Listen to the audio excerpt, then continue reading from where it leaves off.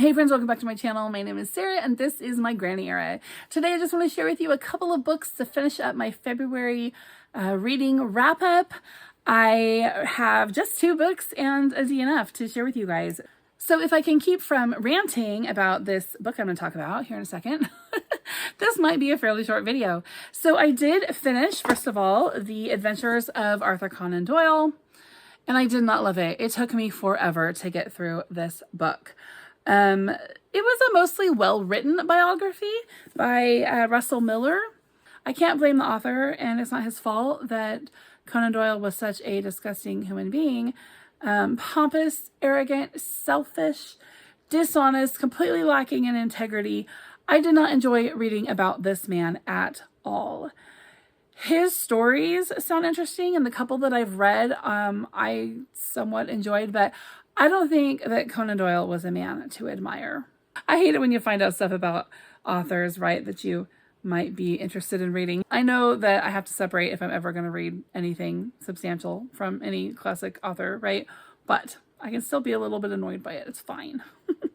So in my opinion, Conan Doyle lived most of his life in self-delusion. He was delusional about the idea that no one was hurt by his emotional affair with his eventually second wife, Jean.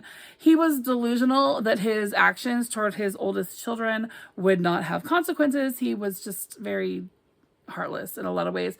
I think he was delusional about his in-your-face spiritualism and the effect that it was having on his friendships and his career. I think that the guy started spiraling long before anybody ever knew he was, and I don't think he ever recognized that he was, ever. This author just told the story straight. He didn't really seem to take sides one way or another with some of these antics of Conan Doyle, which I did appreciate, though I do think that it went pretty long. This biography could have been way shorter, especially where there were some criminal cases that Conan Doyle had like weighed in on over the years. And the guy just went on and on and on describing those in detail. I don't think that needed to happen. Like, we're talking about Conan Doyle right now. We're not talking about these other guys, right? So I feel like they could have just like summed it up with like, this was the crime, this is what he did, and like focus more on what Conan Doyle did and not necessarily, you know, all the other people. But about halfway through, I was just really bored with reading about this man that I had quickly come to despise. And so I skimmed a couple chapters. I skimmed things about later wars. Coming into this, I really just wanted to know about his weird spiritualism. I had been watching Murdoch Mysteries, and the first season or 2 features a Conan Doyle character, then later features a guy who is delusional, thinking that he's actually Sherlock Holmes. But it talked a lot about Conan Doyle and his ideas on spirituality. And so I was very curious about that. How could someone who seems to write and think pretty, you know, level-headedly have such a whacked out view of spiritual things? And so I skipped ahead. I skipped a couple of chapters to get to that point. On top of just the boredom of it, I really couldn't stomach reading about all of his public successes and knowing how horrible he and his second wife were to their family.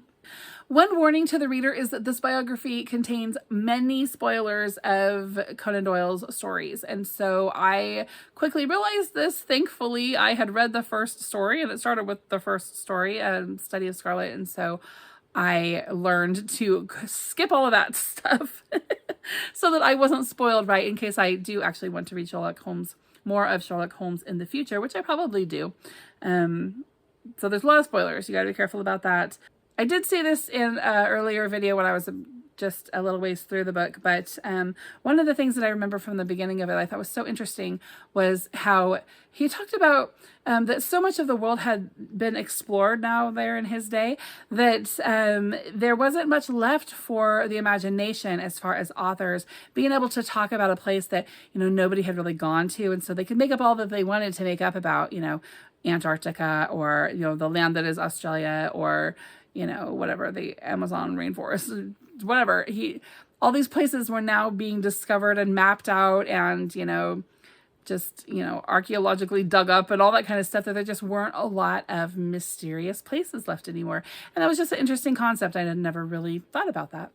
I think, you know, even now, why don't we have a whole lot of adventure tales? You know, why isn't there any more, you know, around the world in 80 days sort of stories and just these adventure tales of these people going off to these far off places? It's because we can all go off to a far off place, right? And it's just not that hard anymore, right, to get around and to explore things on our own. And so we are not reading so much about adventures that we could be having because we're having our own adventures.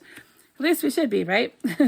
So yeah, I could recommend it if you're looking for a biography. It's very thorough. It covers every aspect of his life. It covers like a little bit about his parents and how, he got to the place he was. And I mean, it covers a lot. So I can recommend it if you're looking for a biography. But if you're looking for something enjoyable, I don't know. I didn't enjoy it. So that was my second read for the reading event for February called Holmes is Where the Heart Is. My first one being A Study in Scarlet, and then my third one was a book that I did end up DNFing after a while. It was called The Sherlockian by Graham Moore.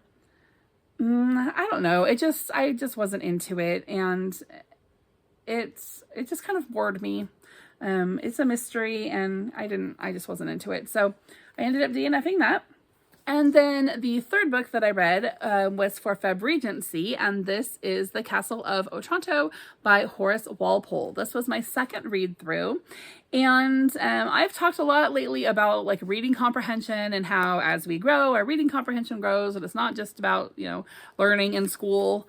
It's not just something we do as students, but all throughout our life. Like our reading comprehension grows the more we read, the more we pay attention to the world around us, that kind of thing.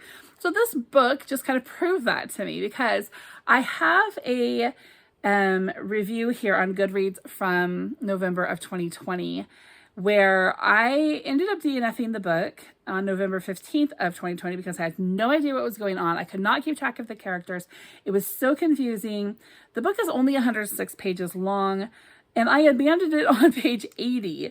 And in here I had written that he had lost me about page 50. I kept falling asleep. I was trying to muddle through, and I got sick of wasting evenings, and I just gave up on it. Then on December 29th, 2020, I say, I did it. I restarted this hopelessly melodramatic piece of 18th century drivel and finished it to the last bitter dregs.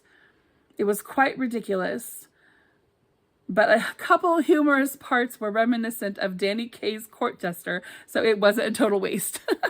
So that was my thoughts, amongst other things that I wrote in here, in 2020. So I decided to go ahead and read it again for Feb Regency. One of my goals over the next year or two is to reread some of my really bad reviewed books, right? And see if maybe the problem was just me. In this case, I think it was. This was actually a really fun read.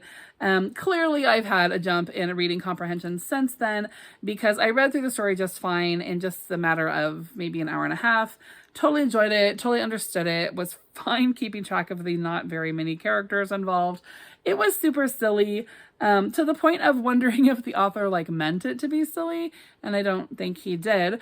But it's a medieval tale in a castle, and it was silly, but it was a fantastic piece of early Gothic literature with all the best stuff involved, and I really did enjoy it.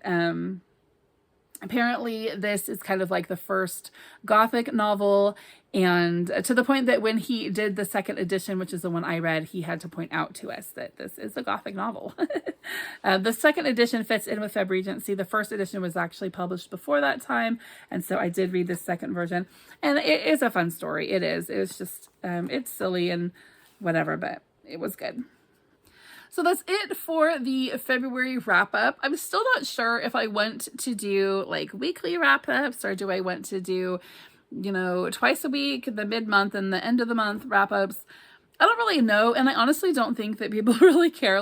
When I think about my booktube friends that make wrap up videos, I'm not paying attention if they're doing a weekly or a bi-weekly. They put up a video, I watch it. So maybe you guys don't care at all, but let me know, what do you prefer? Do you prefer a quick video that just talks about a couple of books, or do you prefer a longer video that talks about a whole stack? That will help me decide. Right now I'm in the middle of reading New York by Edward Rutherford. That is what I decided to pick for my Mammoth for March of the Mammoths, and it is only the 6th. I have this crazy hope that maybe I'll get through 2 Mammoths, but right now I'm just on the 1. And I am enjoying it. I'm glad I picked it. He has a way of just pulling you into the story where it's almost like I feel like I need to get back to the place, right? I need to get back because I was there. and I need to go back. When, you know, I wasn't there, but I felt like I was, because he's just a fantastic storyteller. So I am really enjoying that. And as soon as I get this video up, that's exactly what I'm going to do, is go back to that book. Hope everybody's having a great day. I will see you soon. Bye-bye.